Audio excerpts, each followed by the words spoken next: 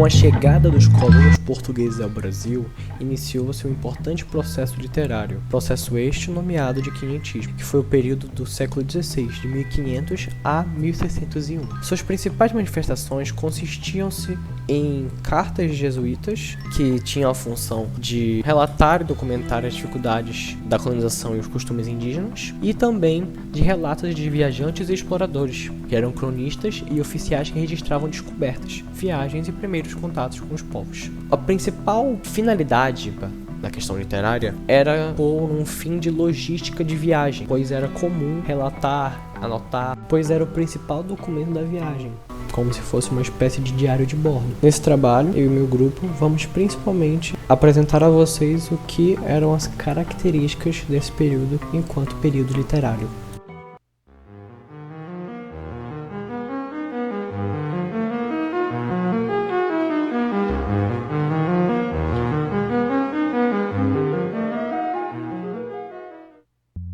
Pero Vaz de Caminha, por vezes chamado de Pedro Vaz de Caminha, foi um fidalgo português, que se tornou popular na função de escrivão da armada de Pedro Álvares Cabral. Nascido na cidade de Porto, filho de Vasco Fernandes de Caminha, cavaleiro do Duque de Bragança, e de Isabel Afonso, foi criado na cidade de Porto, onde cresceu e viveu a maior parte de sua vida. Em sua vida adulta, teria participado da Batalha de Toro em 1475 e em 76 herdou do pai o cargo de mestre da balança da Casa da Moeda, cargo este equivalente ao de escrivão e tesoureiro, posição de responsabilidade na época.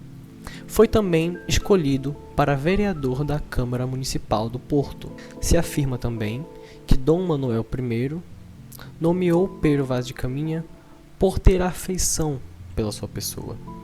No ano de sua morte, 1500, foi nomeado de escrivão da feitoria a ser erguida em Calicut, na Índia, razão pela qual que se encontrava na capitania armada de Cabral, onde em abril os portugueses chegaram ao Brasil.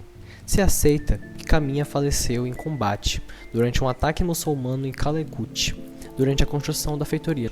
Sua carta, direcionada ao Dom Emanuel I, datada de 1º de maio, constitui um dos 3 únicos testemunhos do, entre aspas, descobrimento. Os outros 2 sendo a relação do piloto anônimo e a carta do mestre João Farras. Embora o segredo que Portugal sempre envolveu em relatos sobre a descoberta, a carta só foi publicada no século XIX pelo padre Manuel Aires de Casal, em sua obra Corografia Brasílica, da imprensa régia, em 1817. O texto de João, mencionado anteriormente, demoraria ainda mais, somente vindo à tona em 1843, na revista do Instituto Histórico e Geográfico Brasileiro, dado aos esforços do historiador Francisco Adolfo de Van Hagen. Em relação à carta de Pero Vaz, pode-se observar que Caminha atenta aos detalhes do corpo e da pintura corporal, como tinturas pretas e vermelhas. Ele comenta a nudez, mas ressalta que, abre aspas, não havia nisso de vergonha nenhuma, fecha aspas, mostrando o olhar europeu que tenta julgar os costumes indígenas. Elementos como cabelo raspado, sobrancelhas, testa pintada, indicam rituais ou normas sociais. Uma coisa que se pode falar também é a interação com objetos europeus. Caminha mostra aos indígenas animais e alimentos europeus: papagaio, carneiro, galinha, pão, peixe, vinho. A reação deles é óbvia: curiosidade com alguns objetos, porém medo ou rejeição com alguns. Isso revela também o choque cultural, além do fato de que a carta também serve como relato de viagem e observação etnográfica. Um indígena se interessa por um rosário e observa-o com curiosidade. O gesto de acenar para a terra e para as contas mostra a intenção própria daquilo que era novo e estranho, sem necessariamente entender o valor religioso ou comercial atribuído pelos europeus. A descrição é minuciosa, quase científica, de pessoas e objetos. Sua narrativa é direta, com consequência cronológica. O tom da carta é documental, e não há preocupação estética ou poética, pois o objetivo é informar a coroa sobre a nova terra e sobre o seu povo. Good morning, America. I'm Charles Gibson. I'm Diane Sawyer, and it's Tuesday, September.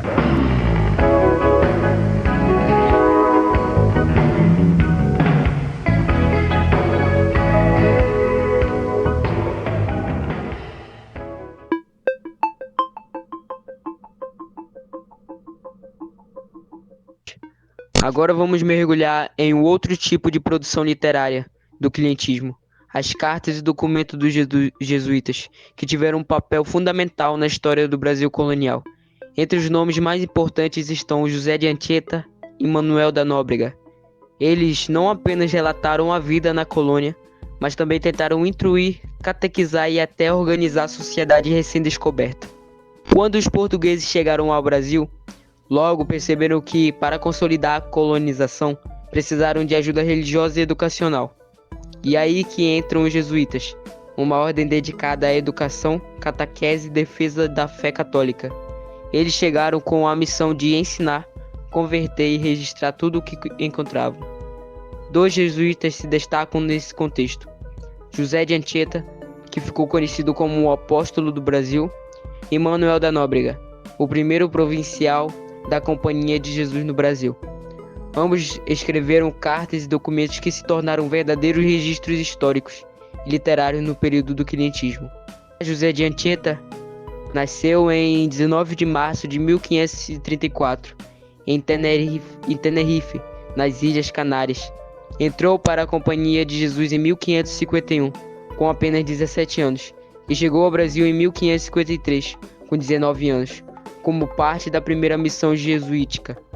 Anchieta se destacou por várias razões. Além de catequizar os indígenas, ele ensinava a ajudar a fundar colônias e escrevia poesia e peças religiosas.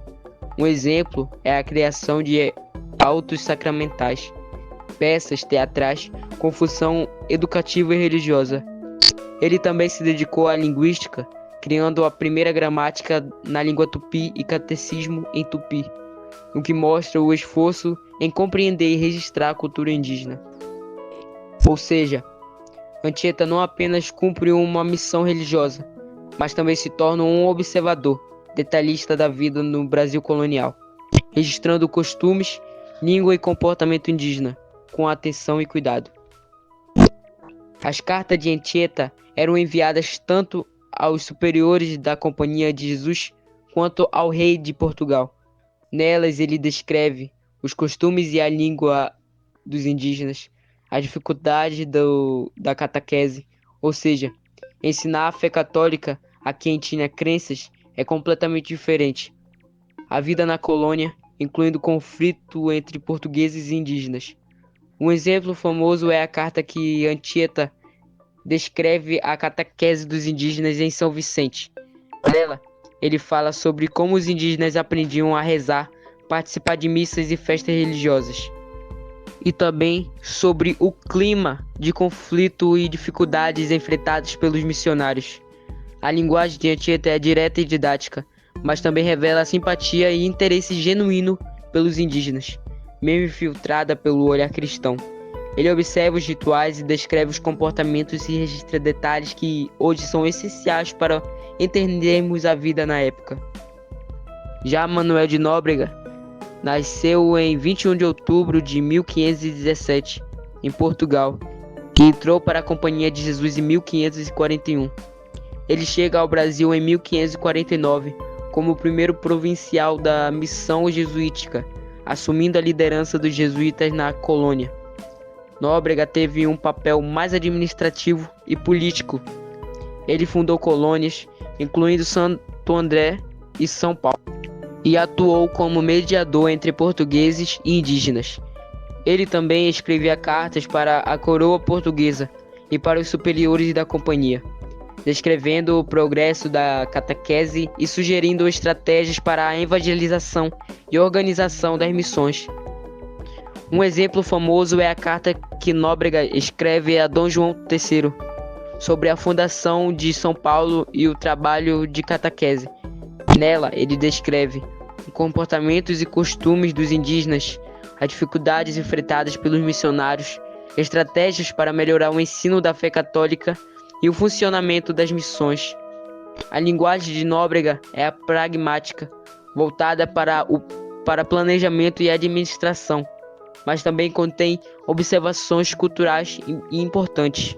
Ele descreve a vida indígena e colonial com a intenção de organizar e justificar ações políticas e missionárias.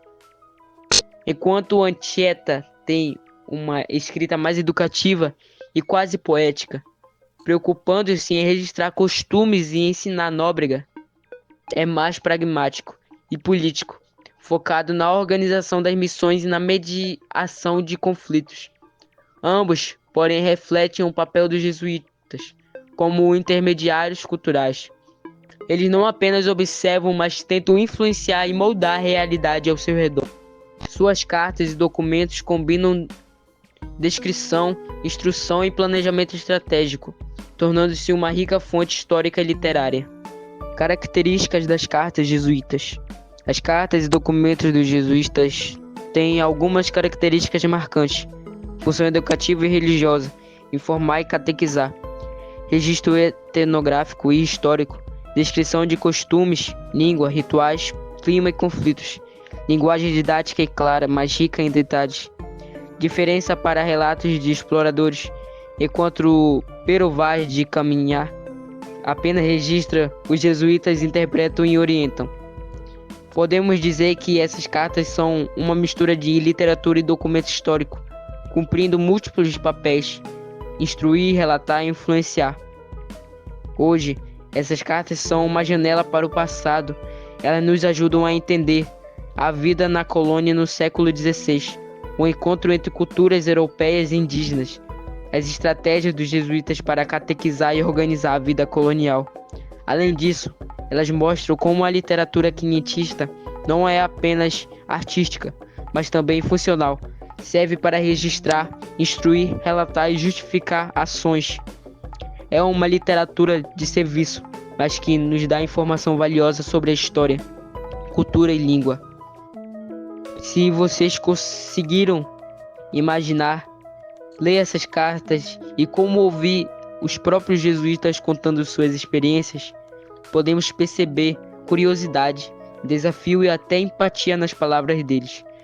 Pense em como seria tentar ensinar a fé e a língua a um povo completamente diferente, sem ferramentas modernas e enfrentando conflitos constantes.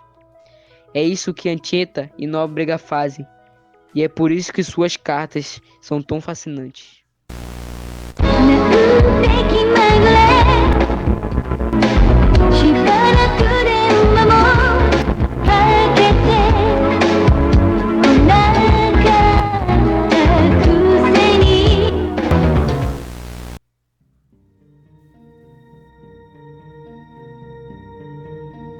Agora vamos explorar um tipo diferente de relato do quinhentismo. Os textos produzidos por viajantes estrangeiros que vieram ao Brasil, diferente das cartas de Pero Vaz ou das cartas dos jesuítas, esses relatos tinham objetivos distintos e uma perspectiva própria, marcada pelo estranhamento e curiosidade europeia sobre o Novo Mundo. O nosso primeiro ponto, introdução aos viajantes estrangeiros. Durante o século XVI, podemos ver que não foi só os portugueses que chegaram ao Brasil. Muitos estrangeiros também vieram da França, Alemanha e outros países da Europa. Vinham explorar, comerciar, observar e até mesmo se aventurar em regiões que estão poucas conhecidas. As pessoas mais famosas são Hans Staden, um alemão que viveu entre os Tupinambas e escreveu sobre suas experiências. Outro é o André, um francês que também escreveu sobre o Brasil, focando tanto na fauna e na flora quanto os indígenas. O que caracteriza esses viajantes é o olhar externo de alguém que tinha envolvimento direto com a administração portuguesa ou com a catequese. Por isso, seus relatos tendem a ser mais impressionantes, curiosas e às vezes sensacionalistas. Segundo ponto, vida e relato de Reich. Nasceu em 1525, na Alemanha. Veio ao Brasil em 1550 e trabalhou como mercenário em viagens de exploração. Em uma de suas viagens de exploração, ele foi capturado pelos Tupinambas, que passou cerca de 9 meses vivendo entre eles. Ele escreveu o livro História Verdadeira dos 2 anos que passei entre os Tupinambas, que foi publicado em 1557. As características do relato de Reich: narra experiências de vida cotidiana, rituais e costumes dos indígenas. Destaca o canibalismo como prática cultural, o que gerou grande curiosidade na Europa. Mistura observação detalhada com elementos de suspense e emoção, criando uma narrativa quase literária. Linguagem direta, porém dramática, marcada pelo impacto que essas práticas tinham sobre a Europa. O interesse é que Diferentemente de Caminha ou de os jesuítas, Reis não tem intenção de catequizar ou instruir. Ele quer contar sua experiência, impressionar e relatar o que viveu, misturando etnografia, aventura e entre outras coisas. Terceiro ponto, vida e relato de André. Seu nascimento foi em 1516, na França. Ele foi um viajante e cosmógrafo, responsável por escrever sobre regiões exploradas por franceses. Escreveu o livro Les Singularités de la France Antarctique, descrevendo a expedição francesa no Brasil, com foco em natureza, fauna, flora e costumes indígenas. Características do relato de André: interesse científico e observacional, descrevendo plantas, animais e hábitos indígenas. Mistura factualidade com elementos exóticos para impressionar o leitor europeu. Tem um olhar europeu mais menos moralista que os jesuítas. Ele se concentra na curiosidade e no impacto do desconhecido. Enquanto os jesuítas queriam converter e Caminha queria informar a coroa, André e os outros viajantes estrangeiros queriam descrever o que parecia estranho e fascinante, criando uma narrativa que combinava com a aventura e a ciência. Quarto ponto: diferença entre relatos dos portugueses e dos estrangeiros. Objetivo dos textos: texto de Caminha, relatar descobertas para a coroa, jesuítas, catequizar e organizar a colônia. André e Reis, relatar experiências e curiosidades, com foco em exótico e impressionante. Perspectiva cultural: os portugueses têm uma perspectiva objetiva, influenciada pela administração colonial. Jesuítas, moralista, educativa e religiosa. Os estrangeiros, impressionista, sensacionalista e às vezes exagerada para gerar interesse na Europa. O conteúdo e os estilos. O conteúdo e os estilos dos portugueses eram linguagem formal, detalhada e factual. Jesuítas, detalhada, didática, com moral e instrução. Estrangeiras, narrativa mais literária, elementos dramáticos, aventura e choque cultural intenso. Por exemplo, Standen foca no canibalismo dos tupinambas como um elemento central, usando a tensão e o suspense para impactar o leitor europeu. Já André descreve plantas, animais e hábitos com interesse científico, mas realçando o exótico e curiosidade. Os relatos dos portugueses raramente se exageram, e eles querem informar e catequizar.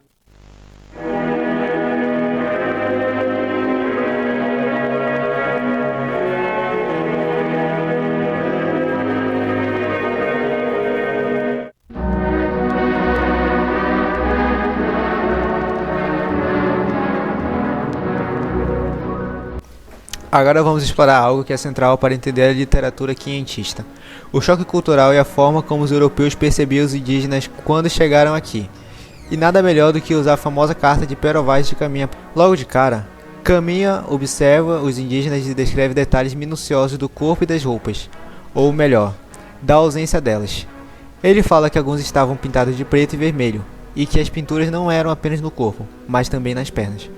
Algumas mulheres tinham parte do corpo tingidas de preto, enquanto o restante permanecia da cor natural.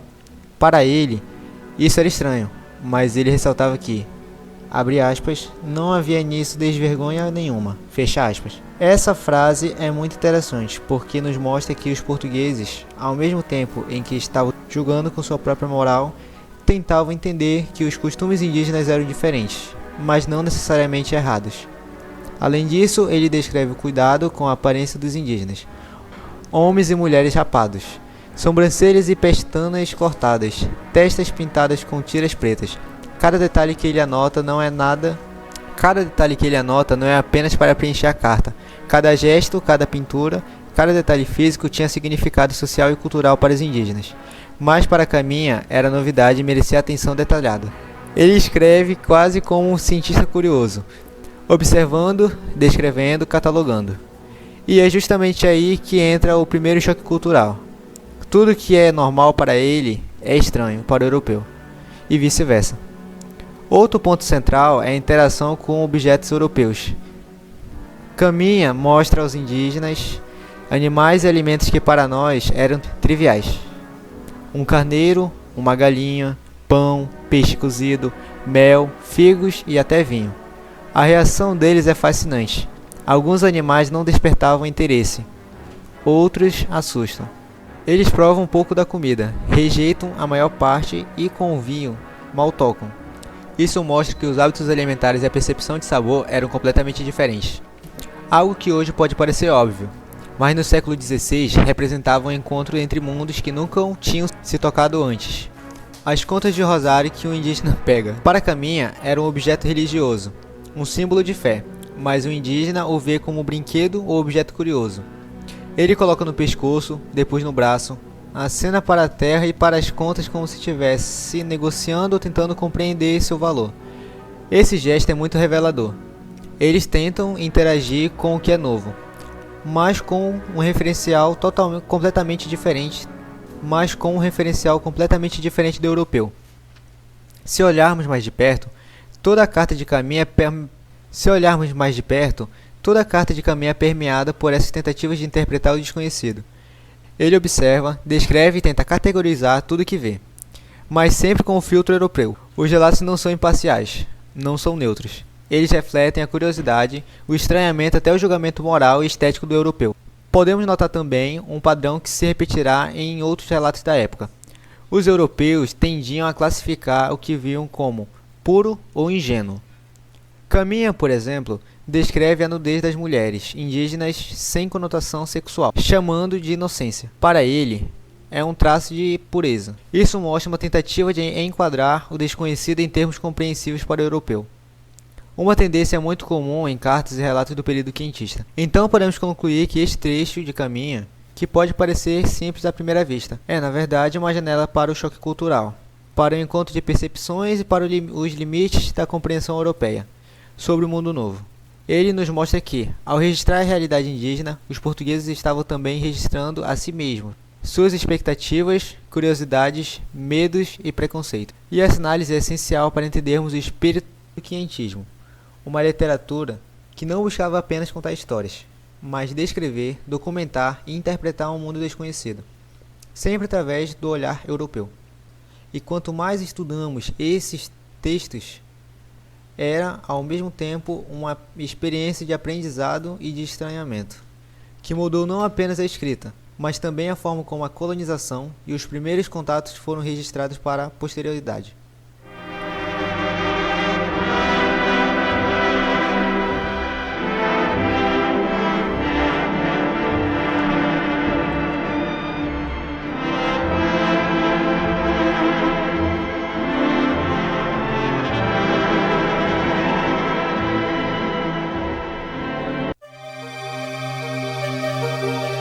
Agora que já exploramos as cartas de Pero Vaz de Caminha, os relatos dos jesuítas e os relatos de viajantes estrangeiros, podemos falar sobre a influência do quinhentismo na literatura brasileira posterior.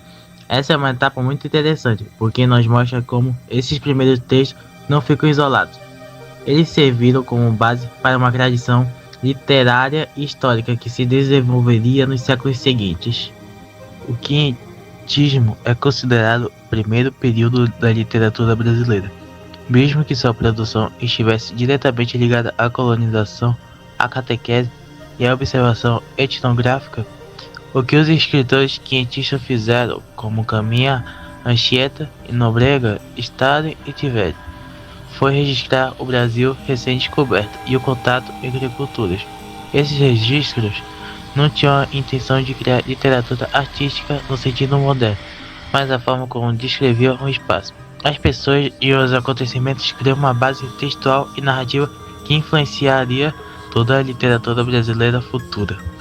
Nos séculos 17 e 18, surge o Barroco brasileiro, um período marcado pela literatura mais artística e elaborada, mas mesmo nesse estilo mais poético e gramático, a influência do quietismo é visível.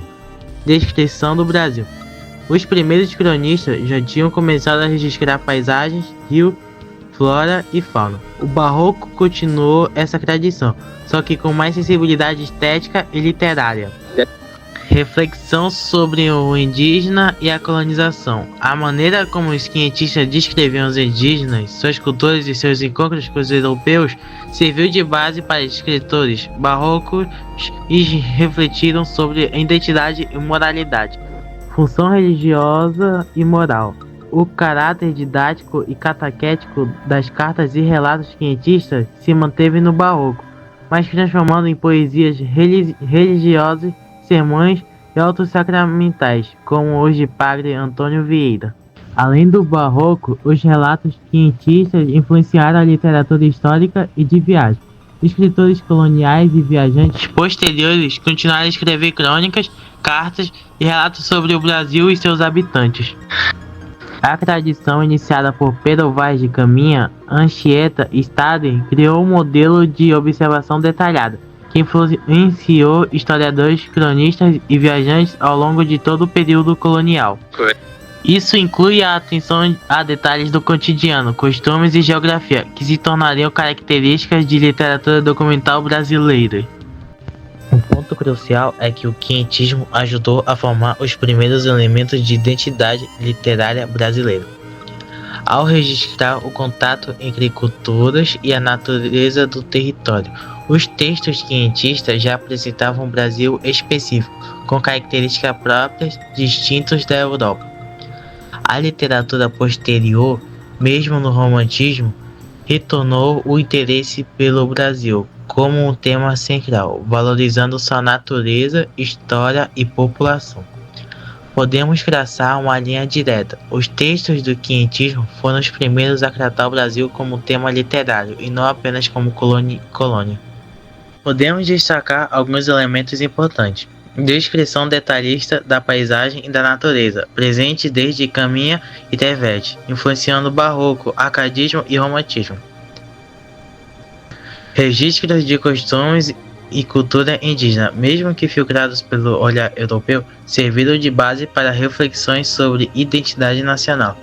Função documental e inclusiva, que se manteve em crônicas históricas e relatos de viagem. Mistura de narrativa e observação factual, característica do quinhentismo, que se influencia até escritores modernos interessados em etnografia e viagem e história. Para tornar mais claro, vejamos alguns exemplos.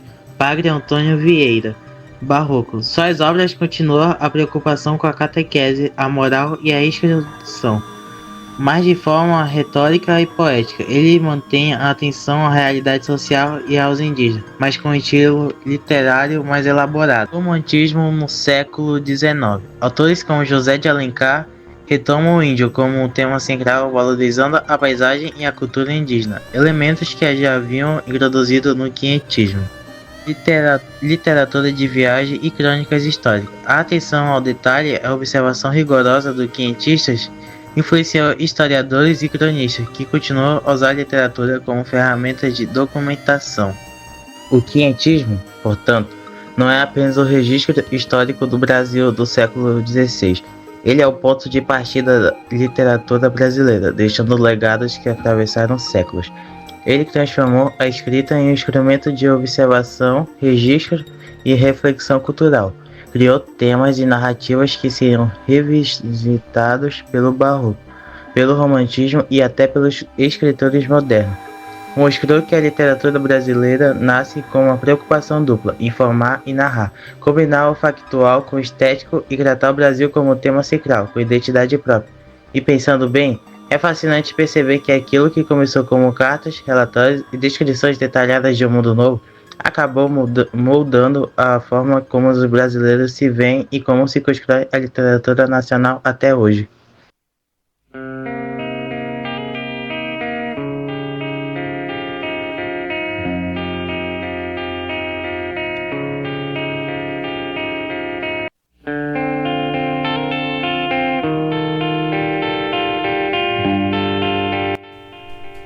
Para finalizar, a leitura quinhentista é muito importante para a gente entender como começou a se formar a identidade brasileira.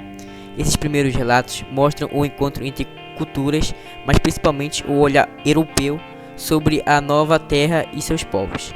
Além disso, esses textos têm um grande valor histórico e literário, porque preservam informações sobre costumes, cultura e a visão do mundo da época. Mesmo sendo parciais, ajudam a reconstruir esse momento inicial da nossa história. Por fim, vale refletir sobre como esses relatos ficam entre a documentação e a literatura, já que misturam descrição real com interpretação, e isso levanta uma questão importante. O que esses relatos diriam sobre nós hoje?